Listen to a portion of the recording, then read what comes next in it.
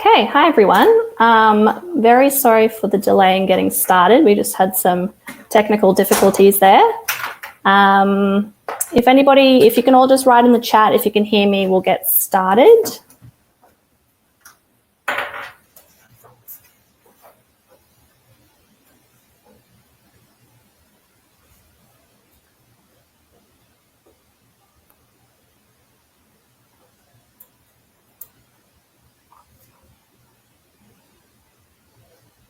Cool. Okay, great. Let's get into it. Sorry for the delay.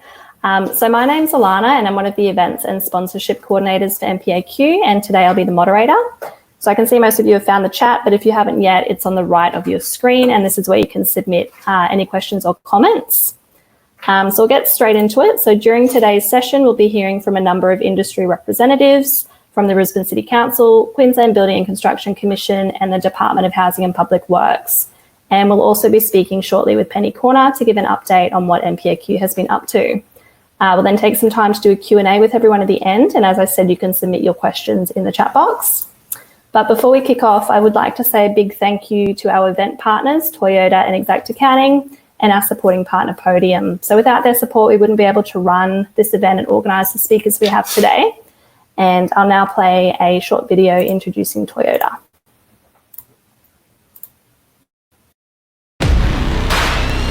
This is how legends are made.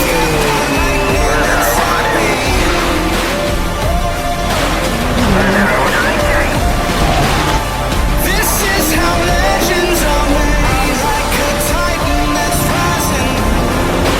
The exhilaration you feel on the road comes from the limits we push on the track. This is how legends are made. Oh, what a feeling. Toyota.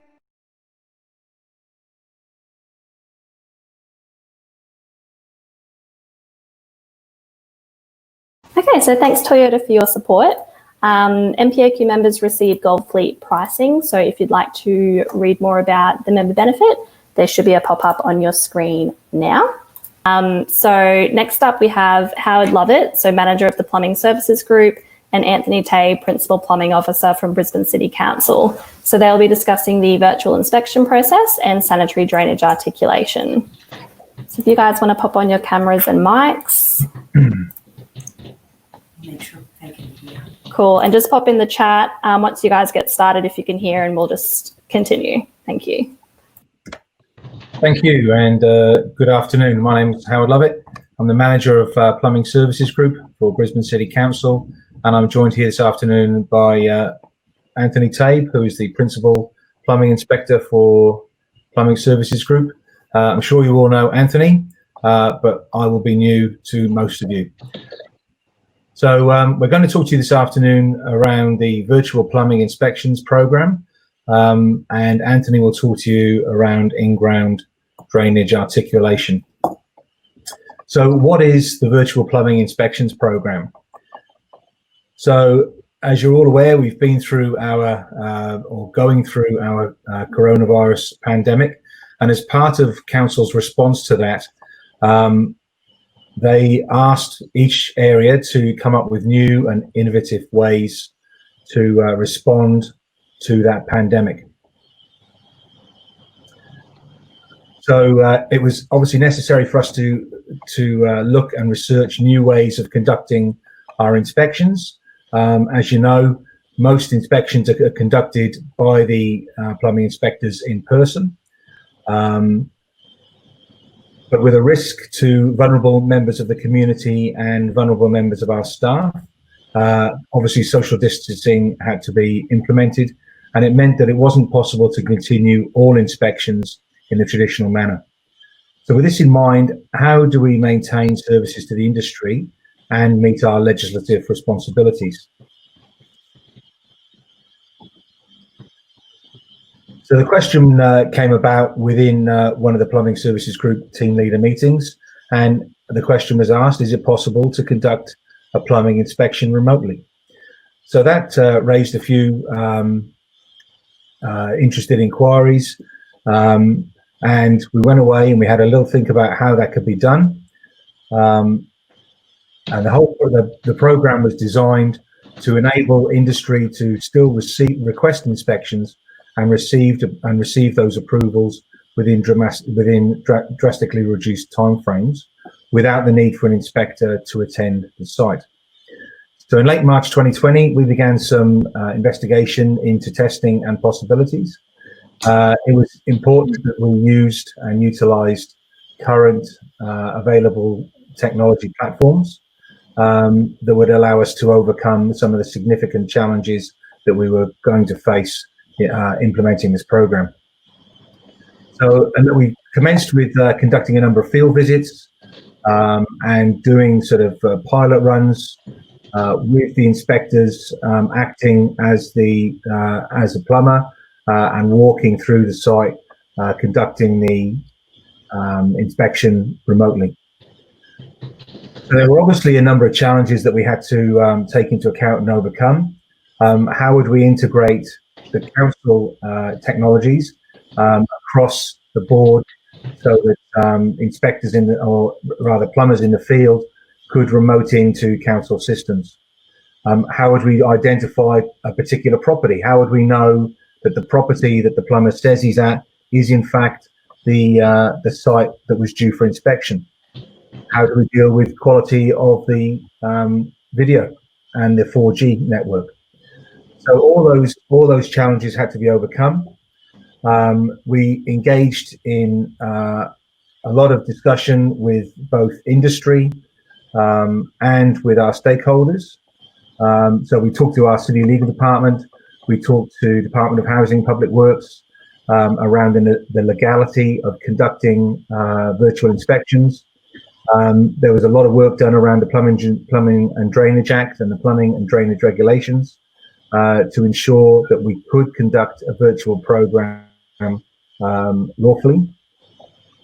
There was also discussions with MPAQ and AHSTA, the Association of Hydraulic Services Consultants Australia, and as well we talked to QBCC to explore the feasibility and the appetite for virtual inspections with the industry. So having done that, we launched the program in April, live trials, and we started that program of inspections just focusing on water rough-ins and snacks because they were what we considered to be low risk in comparison to a lot of the commercial inspections that were taking place.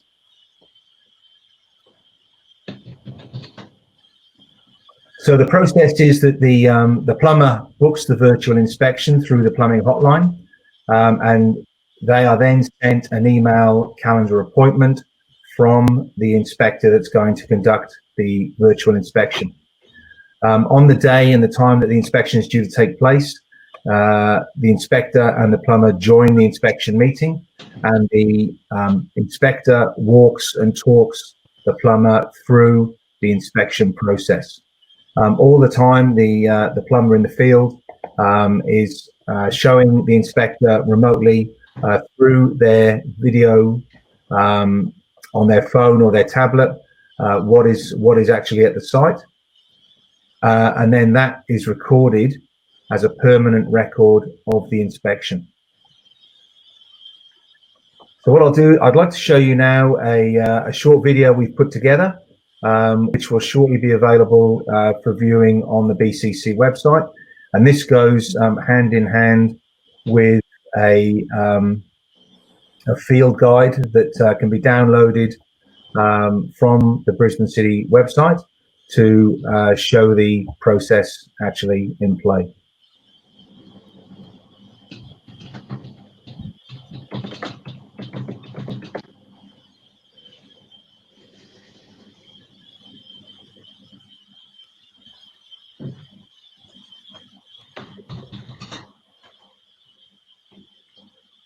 With Jill. Hi, I'd like to book a virtual plumbing inspection, please. Certainly. What type of inspection would you like, and when would you like it for? I'd like to book a water rough-in and stack inspection for this Thursday at 8 AM. No problem. I'll just need to grab some details from you. Please have plumbing reference number and the attending plumber's contact number and email address. That's now booked for you. You will shortly receive an email appointment and details on how to join the inspection meeting from the allocated inspector. Thank you. Am I able to change the booking time on the day of the inspection? It is likely that you will be able to do that, but please call to discuss inspection time changes with the allocated inspector the morning of the inspection. Okay, thank you. You're welcome. I hope you have a lovely day.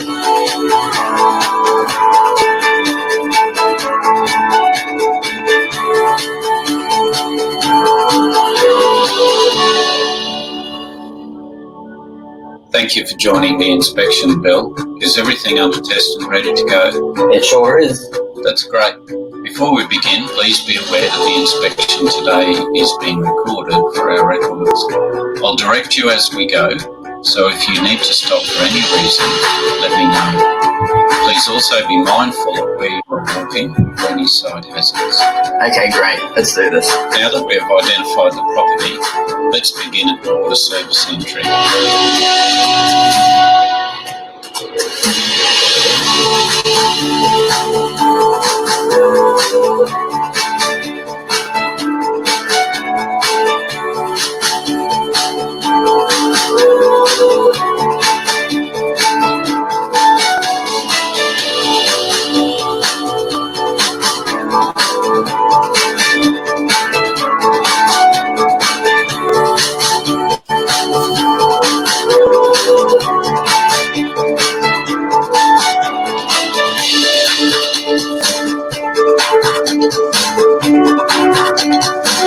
Everything looks compliant there, Bill, and the inspection certificate will now be sent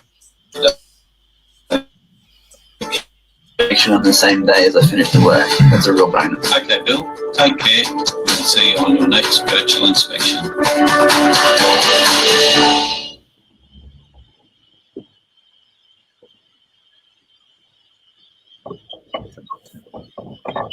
So the plumbing hotline is now live with the virtual inspections being able to be booked by the industry for particular types of inspections that have been tested and approved by the PSG leadership team. And since the first virtual inspection was held in early April 2020, we've now conducted over 100 virtual inspections, and we've already expanded the process to start capturing even larger types of inspections.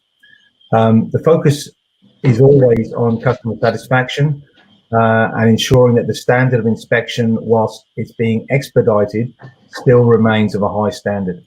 The customer feedback we've received remains positive, and the satisfaction is high, with a particular comment that we received from a plumber who stated that being able to complete the inspection on the same day as the water roughing work was completed saved me time and expense in having to come back to the property the next day just to put the work under test. So it's possibly the first virtual plumbing inspection program of its kind in Australia. It's been really good for us because at-risk inspectors who were stood down because they were unable to work were still able to work remotely from home during the pandemic. Social distancing has obviously been maintained. Inspector travel time to inspections has been saved, which has allowed us to conduct more inspections within a shorter time frame, and it's allowed us to provide more flexibility and time-saving options to customers.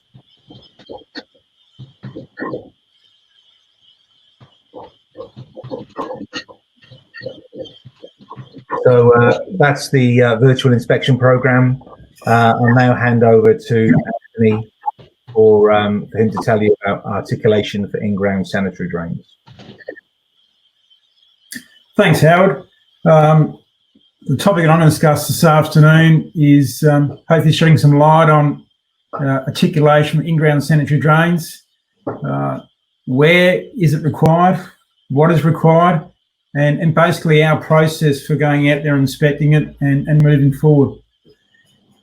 In a nutshell, when the Plumbing Drainage Act was introduced on 1 July last year, there were requirements within the Act, actually within the regulations, which called up that if you were requesting a permit from the local government and the work involved in-ground sanitary drainage, then a soil classification report would be required.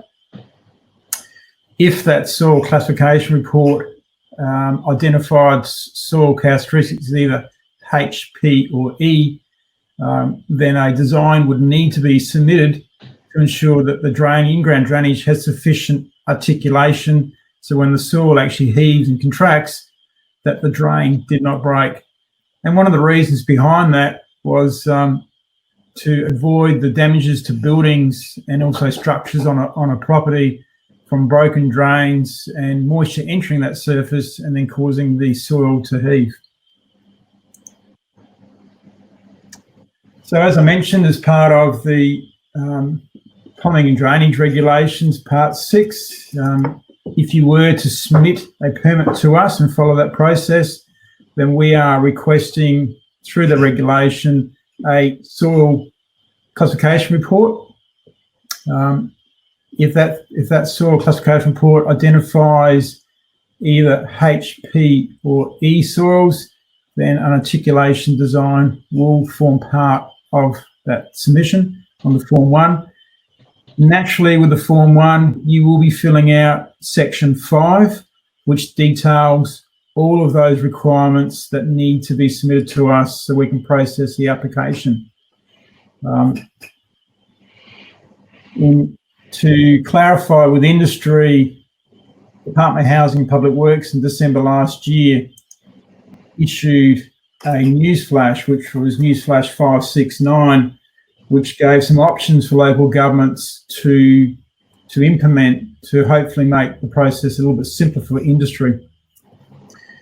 With Brisbane City Council, we opted for 3 options out of newsflash 569, and holistically they are if the sanitary drain is not passing through or under a slab or footing, if the plumbing articulation design is designed to the maximum potential movement of a soil, which is a E-class soil type, or there's a letter from a registered professional engineer, RPEQ, stating that no adverse effects on the building or the structure.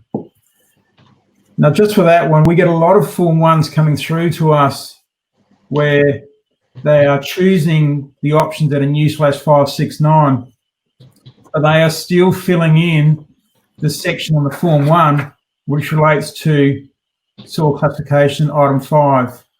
What we request as far as that Form 1 is concerned, that if you are taking one of the option items up, that the description of work and the option that you're taking are all included within section item 2 of that Form 1, which is that area there. So yes, there's not a lot of space, but I'll quickly run through the requirements that we are seeking to make sure that we can process a permit in a timely fashion. So if you are thinking about going for the sanitary drainage option not passing through a slab or a footing, in that box you need to clearly state that no sanitary drainage is passing through or under a slab and or footing. And naturally, as I said, please do not go to section 5 of the Form 1 and fill that in. We only require section 2 to be filled in. The same thing goes for if you are not getting a soil classification report done because you can't for whatever reason, and you're choosing the articulation in because you believe the soil may have movement there, and you're designing it to the full articulation, which is for an E-soil type. We request again that in item 2 on the Form 1, you clearly state there that you are supplying plumbing articulation designs to the maximum movement in that description box. Now, the design for that maximum articulation will clearly state that it is plumbing articulation for a E soil type. It will have the correct property address and the details. And the last one to put in that box, the option, is the RPEQ letter. Now, yet again, in item 2, we are looking for a clear statement of what you are doing and what you're submitting to us. So in the item box, you are supplying a letter from an RPEQ stating there is no adverse effects on the building or the structure. Now, that letter that's signed by a registered professional engineer of Queensland, RPEQ, must state the proposed sanitary drainage will not impact on the structural adequacy of the building footings or the slab, and therefore no plumbing articulation is required. The letter must also contain the correct full application details, the address. If it involves a tenancy, definitely the tenancy address and those details. But also it needs to have the engineer's name and also their RPEQ license number, and naturally it must be signed by them. They are some really good options that HPW came up with last year to try and clarify in industry where articulation is required or not. And its primary focus is to reduce the impacts that a broken sanitary drain can cause on either the building itself or structures located in the land. Now, from an inspectorial point of view, it's reasonably simple for us at that stage. We've issued a permit. We go to site. The first question inspectors will ask is, and they are armed with the information that they are aware that this site will either A, require articulation or it won't. So the first question they ask the plumber on site is, are they aware of the articulation that's required, and what are they doing?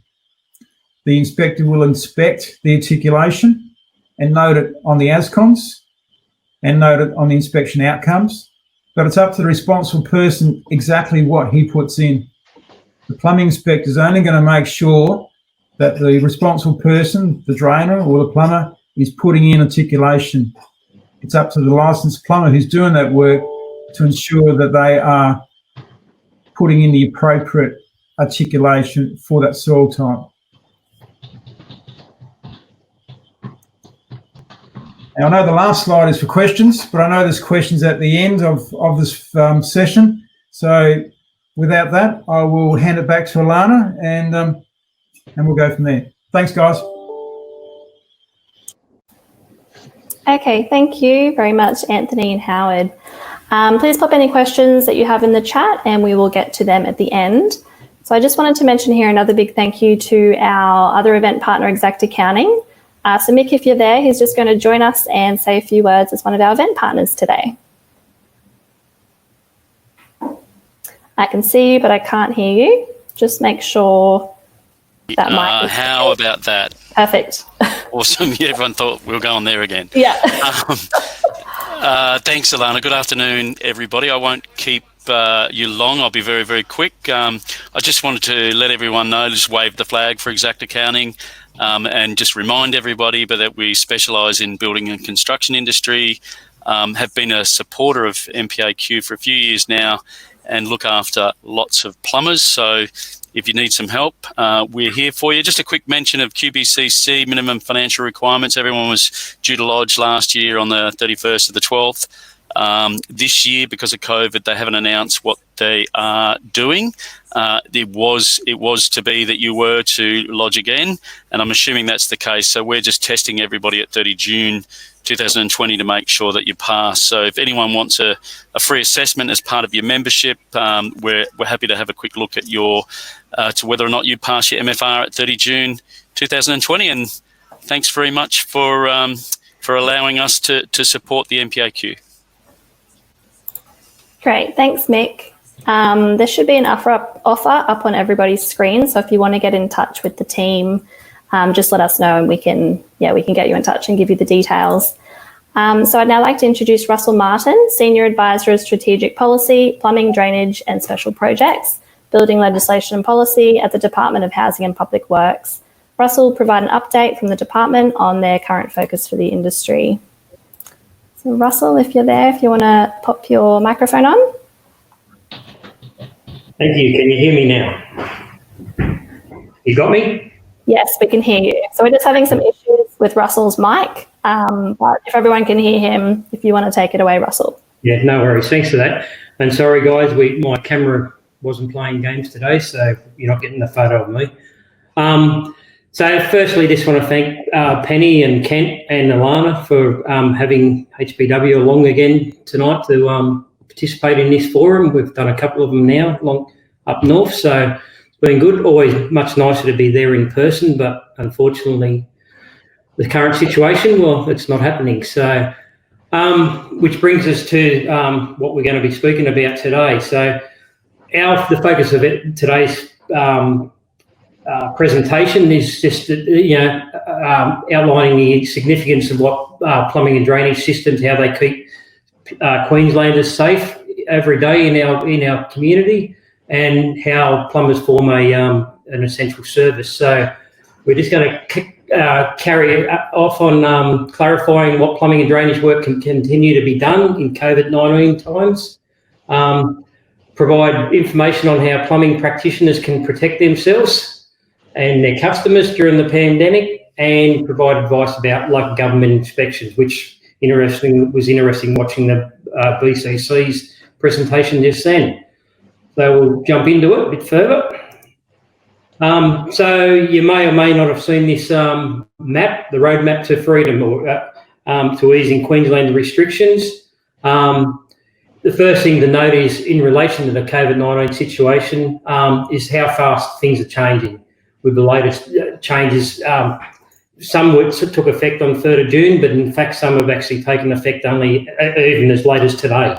So some of this information could be a little bit out of date, but it's generally consistent. What we can say is the response to date has been encouraging about how Queensland has battled with this pandemic, which has been really good, and really a commendation to the community at large that we have probably stuck to the rules and going forward.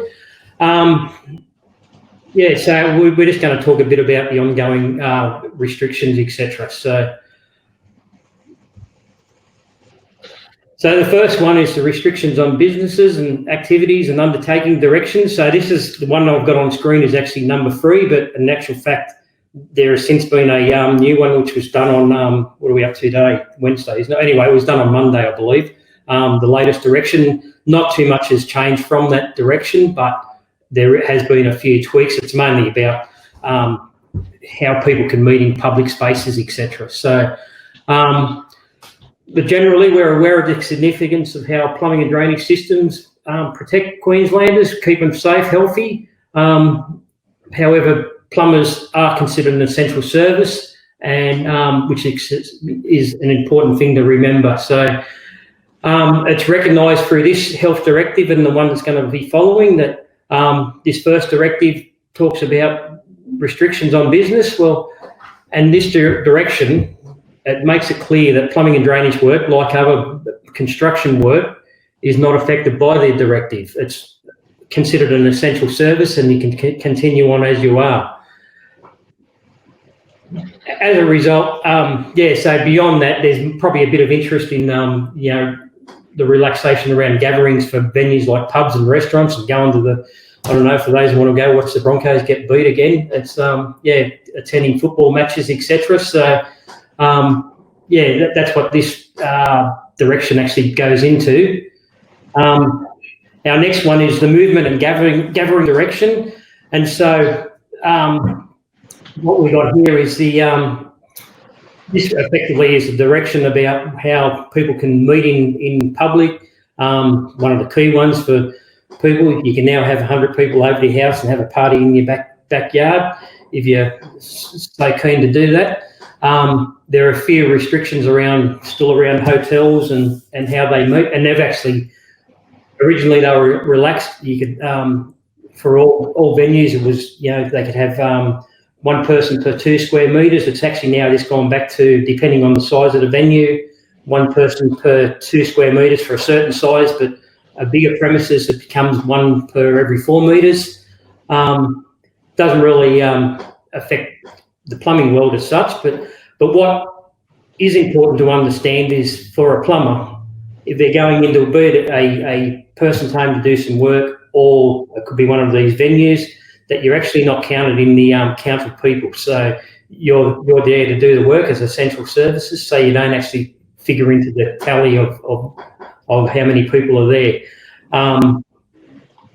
However, if you are going particularly into a private residence to do some work, probably the key thing for the plumbing industry to know and to be aware of is when, you're going to have to do a bit of a quiz about who's in the house and has anyone had COVID or have been, been in isolation or travelling, or all those sort of things are going to play into whether or not you actually will be going into those houses. And when you are actually in these workplaces, you continue to have social distancing and safe hygiene practices.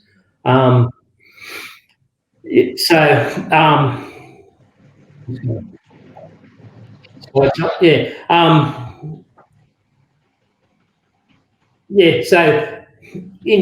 just jump to the next slide.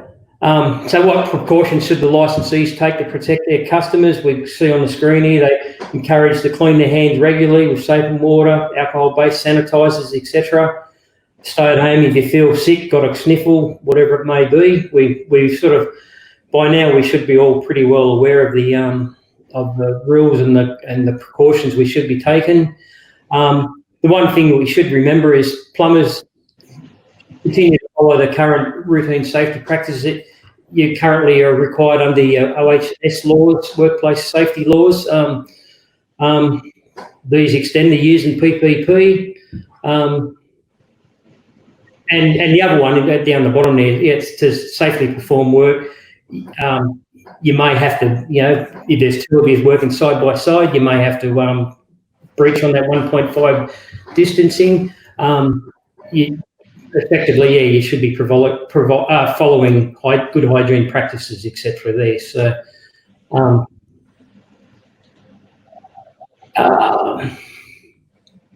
next slide. What we're going to jump into here is this is an interesting one. As a result of the COVID requirements of businesses being shut down, etc., as a result of many buildings being left unoccupied for an extended period of time. And during this period of time, there's been little or no use in the buildings, and what it's effectively doing is a potential for the water sitting in the water services to change in water quality and become stagnant. So in response to the long-term shutdown of buildings and workplaces, we the department, we made contact with the Australian Building Codes Board about the feasibility of Queensland publishing some sort of advice on the matter and regarding flushing. As a result, it was agreed that Queensland would actually, the ABCB, the Australian Building Codes Board, who publish our Plumbing Code of Australia and National Construction Code, would publish an advisory note on the matter of ensuring water systems, post-COVID-19 could be effectively flushed, etc. So it was in mid-May that the news alert, if you want, was published by the ABCB. We also put out an e-alert to industry on our subscriber base. So it's obviously there's an opportunity there for plumbers to get involved in this situation. I'll jump to the next slide on this. Flushing of water systems. So one of the things, what we're trying to aim to do is flush water through all points of use within the buildings before reopening. And plumbers would have a good idea of what they're doing, but so just to generally flushing the thing. The other one would be making sure floor waste in some of the bathrooms that may have dried up, getting a bit of water back into the floor waste. So so there's a bit of work there for plumbers, hopefully in some of these larger places. It's up to the obviously the building owners or their building managers to implement some sort of flushing regime, and I guess they'll engage their plumbers hopefully. So I'll just jump down there. So next slide here is just talking about some of the ideas: removing tap aerators, point of use filters and shower hoses where possible. Just flushing to maximise the flow of the water. So there's some good points on that slide there. Obviously some workplaces have probably already gone back into the workplace now, operating again. So it may not be applicable, but there will certainly still be some industries out there that haven't really kicked off properly post-COVID. So, I mean, our own building, for instance, they're running on only a 25% occupancy there, so other buildings may be similar. So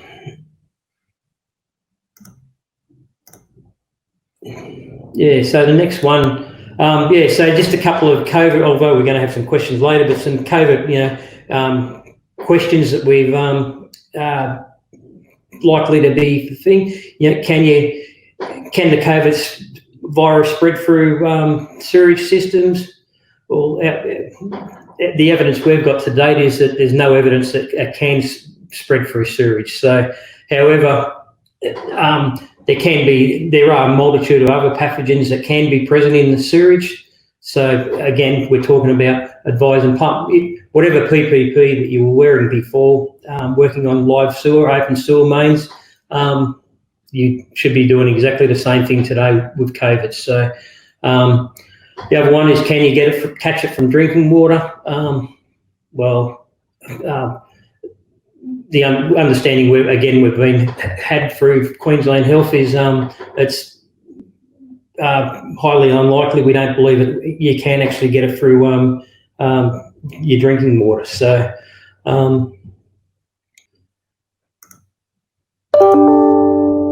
next slide. So this brings us round to our local government's ability to meet plumbing inspection time frames. Obviously, Brisbane City Council have come up with a great solution to the problem. There's obviously issues for local governments that they may be operating in reduced capacities with officers working from home or whatever it may be. There may be delays in issuing permits, etc. Although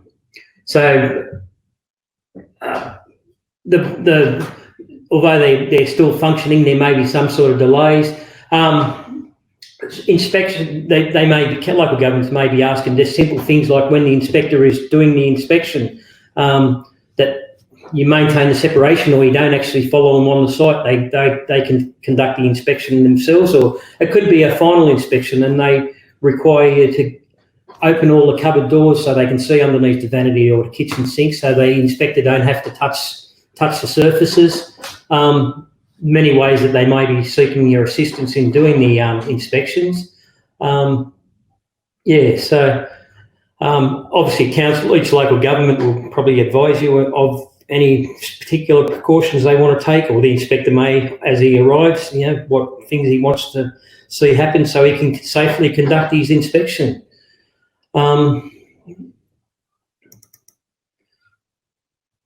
Next slide. So on this slide, and hopefully Alana may be able to get you back. I think you actually can see this presentation back at a later date. So there are some information links there to Queensland Health, to the public health directions, the safety WorkSafe office, etc. So there's some useful links there, which basically brings us to the end of our presentation. And so questions, well, obviously we're going to reserve them for a bit later on in the after all the presentations are done. So just like to thank again for your attendance, and hopefully, you continue to be safe in our new world that we're currently living in.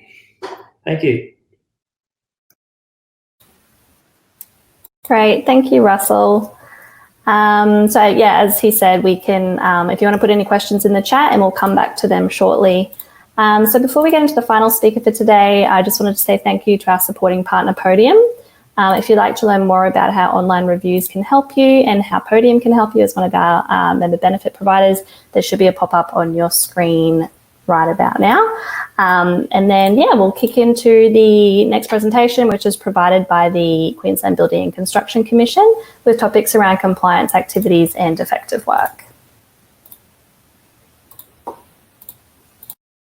Hello, thank you for joining us. Before we commence, I would like to take a moment to acknowledge the traditional custodians of the land in which we meet today. I would like to pay my respects to elders past, present and emerging. During this session, I will provide an update on our compliance activities, talk about other activities the Plumbing Investigation Unit undertake to improve compliance in our industry, share a little of what we, as well as local government inspectors, are seeing in terms of defective work, and provide an opportunity for questions at the end of this presentation. We appreciate that this is an uncertain and challenging time for many in the Queensland building and construction sector due to the coronavirus global pandemic, but we want to ensure you that keeping the community and industry safe is of utmost importance. We understand that COVID-19 is putting a strain on businesses and households, so all levels of government are working hard to keep the economy sustainable, including the building and construction industry. Laws that help keep the state's building and construction industry safe and sustainable still apply during the pandemic, and the QBCC are continuing to respond to unsafe or unscrupulous practices. So it's business as usual for the Plumbing Investigation Unit. The main focus for the team is to investigate potential offences against the PD Act and the QBCC Act in order to address unsafe or unscrupulous practices in Queensland's plumbing industry. This slide shows some statistics about our investigations and their results. But this is not all we do. Now more than ever, we need to focus on protecting the health and safety of the public and the environment. Due to the effects the virus has had on the economy, the potential for an increase in unlicensed work is a possibility. This is where education, engagement, and monitoring industry practices become vitally important. As part of our education and engagement activities, QBCC has engaged with the Real Estate Institute of Queensland, providing content for articles. Our intent is to educate property managers on issues such as the importance of engaging licensed contractors, notifiable work requirements, when contracts are required, and when home warranty insurance premiums need to be paid. Our monitoring activities have also ramped up, with the Plumbing Investigations Unit allocating resources to a task force targeting unlawful advertising and unlicensed plumbing and drainage work. In 3 weeks leading up to 21 April, the task force has reviewed 50 businesses and is addressing issues with 30 of those businesses. As a result, 22 handyman businesses have been identified as having advertised for and potentially undertaking plumbing and drainage work without holding the required licence. 8 licensees have also been identified as having advertised for work without displaying their licence details. Of the 30 businesses we are addressing issues with, 18 have been referred for further investigation, which may result in the imposition of a financial penalty for unlicensed advertising or unlicensed contracting. With the remaining cases, most have been resolved by contacting the individuals and providing education or a warning. Some business owners have made changes to advertisements to achieve compliance. Compliance with notifiable work is still a focus for the team. For those not familiar with notifiable work, quite simply, it is common, everyday plumbing and drainage work performed by plumbers and or drainers on existing buildings. This is without the need for a local government permit or mandatory inspections. It was introduced in November 2012 and requires a licensee undertaking the particular works to notify the QBCC within 10 business days of work completion or the issuing of an invoice. This type of work includes replacing a water heater, installing new fixtures, for example toilets, showers and sinks, and also extending, altering or replacing water supply pipes. We continue to see an increase in form lodgement, even with the change to the legislation. There have been 6,000 more forms lodged than the same time last financial year. We are also seeing a decline in manual lodgements, with licensees choosing to lodge forms online using MyQBCC. Compared with March 2019 figures of 257, this March QBCC only received 95 manual lodgements. Licensees continue to be audited by the QBCC to ensure they are complying with their requirements to correctly identify and register notifiable work by issue of Form 4 or 4As. QBCC undertake 550 audits yearly, and so far, in the 1920 financial year, the QBCC has commenced 348 random audits. 323 of these have already been finalised with the following outcomes recorded. 102 complied with the notifiable work provisions, 1 penalty infringement notice issued for audit non-compliance, 83 recorded low level of offending to be re-audited, 129 licensees did not complete notifiable work, and 7 audits were withdrawn. In the next few slides, I will show you just a small percentage of what we are seeing when undertaking investigations into defective work. This toilet is no longer fit for purpose as the cistern is cut below the overflow to accommodate the heights of the water inlets. This was a renovation on an existing block of units with unlicensed and defective plumbing work performed by the building contractor. Some of the defects include overall design, pipe sizing, support, grade of the pipework, and no fixture or FWG traps, just to name a few. The course of action taken was issuing a direction to rectify by the building inspector, additionally a referral to the plumbing investigation unit resulting in the issue of an infringement notice of 10 penalty units at $1,261. The matter was recorded on the QBCC database for future reference. Fire safety is still a key focus. Here we can see building alterations made to an individual unit of a high-rise building. This includes lowering the ceiling and installing a wall unit box for the sidewall sprinkler, potentially impacting the safety of the occupants. AS 2118.1-1999 requires sidewall sprinklers to have no obstruction at the ceiling within an area extending 1 metre along the wall on each side and 1.8 metres at right angles to the wall. The work you can see here was undertaken by a licensee at one property. The individual only held a provisional licence and was working for himself, unsupervised. QBCC issued the individual with penalties totalling $4,500 plus costs to have the work rectified. We continue to see installation issues with solar water heaters. In the photo, we can see a burst plastic pipe that has been used on the flow and return line on a split system solar water heater. Another safety concern here is the proximity of electrical cables to the water pipes. Failing to comply with the code requirements when carrying out or preparing plans for plumbing and drainage work is an offence under the Act. It carries a maximum penalty of 100 penalty units, which equal $13,345. This plumber is looking at an expensive rectification bill and a potential fine of $1,334. Defective plumbing and drainage work pose real risks. These have been identified within the Plumbing and Drainage Act 2018. The Act's primary purpose is to regulate plumbing and drainage work to limit risks to public health and safety and the environment. Local government are at the forefront in undertaking inspections, ensuring compliance with code requirements and enforcing the Act. If there are any defects identified at the inspection, these are recorded and rectification requested through issuing an action notice. Through local government inspections and from our investigations, QBCC have identified the top 5 defects most commonly recorded across Queensland.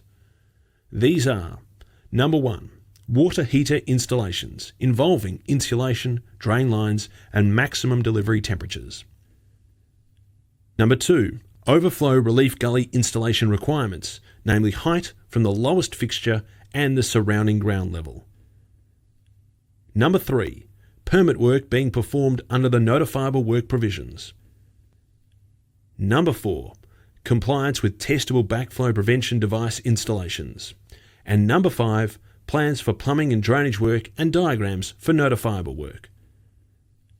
For more information on complying with code requirements and how to avoid one of the top 5, visit the QBCC website. In the coming months, we will have additional webinars and tutorials on this subject and more.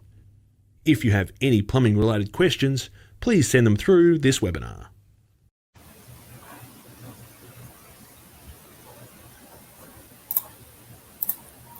Okay, thanks QBCC. So we'll now open for questions for today's speakers. If you'd all like to turn your cameras and mics back on.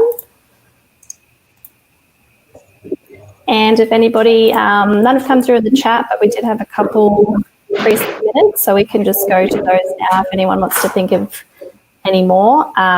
We are running a bit over time, so apologies for that. So I did have a question for Russell. Russell, are you still there? Yes, I'm here. You hear me? Oh, yes. So the question is, when is the Queensland government going to call up the new 2845.3? It's a good question. We've been asked that before. We're currently considering how we go about doing it. Currently, we don't call it up in Queensland except for it's you mentioned on a Form 9. And we're just we're actually redrafting the Form 9 to adopt the changes of the new standard. But we're just talking about whether, like other forms, no other form actually mentions the year date of the standard, and we're considering our options around that. So we're just, it's something in train. Okay, great. Okay, another question. This one's for QBCC. So sorry, I should have mentioned we've got Kate Raymond joining us. Thank you for taking the time to participate. So the question is, what is an easy way to report non-compliant works to QBCC? Thank you. So QBCC takes complaints about potentially non-compliant plumbing work very seriously. So there are a number of ways to complain about a potential offence. There's an online form on our website, or you can phone our contact centre. But we also have a dedicated email address just specifically for plumbing complaints. So it's all one word, plumbingcomplaints@qbcc.qld.gov.au. So we do encourage plumbing complaints to that specific email address so they can go directly to the right area. We also encourage as much information as possible to go with a notification of alleged offence, including any relevant photos, any advertisements if it's unlawful advertising, anything that might assist with the investigation would be useful. Thanks. Okay, great. June's just asked how to check if Form 4 has been lodged on a property. How do you check? I'm not sure who that would be for. So BCC might answer as well, but there is the Notifiable Works online register. So you can look online to check if a Form 4 has been lodged against a specific property. If you go to our website and type in Notifiable Works, that might be the best bet to find that. I'm happy to actually send the direct link as well to you, Alana, after this, so you can distribute it. Okay, sure. June, did you just want to confirm which area you're in?